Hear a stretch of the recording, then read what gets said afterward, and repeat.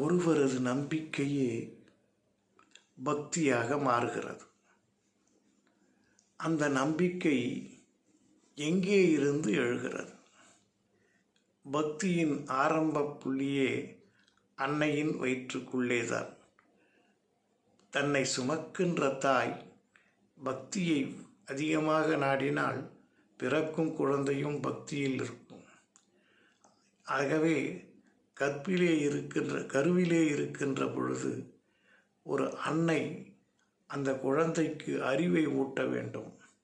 இதற்கு நமக்கு ஆதாரமாக சொன்னது மகாபாரதத்திலே கிருஷ்ணர் அபிமன்யு கருவிலே இருக்கிற பொழுது அவருடைய தங்கைக்கு சில வித்தையை சொன்னார். அந்த வித்தையை கேட்ட அபிமன்யுதான் மகாபாரத போரிலே சக்கரவியூகத்தை உடைத்து உள்ளே போனான். அதே நேரத்தில் அந்த அன்னை பாதியை கேட்டுவிட்டதினாலே மீறி தூங்கிவிட்டதினாலே அபிமன்யு அந்த சக்கரவியூகத்திலிருந்து வெளிவர முடியாமல் அதில் மாண்டு போனான்.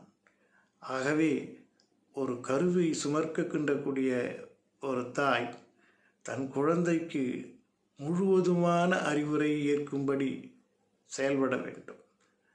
கருவிலே சுமக்கும் பொழுதே அந்த குழந்தைக்கு நல்லறிவு ஊட்டிக்கிட்டே இருக்கணும். அப்பொழுதுதான் பாசம் இருக்கும், பக்தி இருக்கும். வளர்ந்த பின் அந்த குழந்தை உலகத்திலே போற்றுவதற்குரியவதாக இருப்பார்கள்.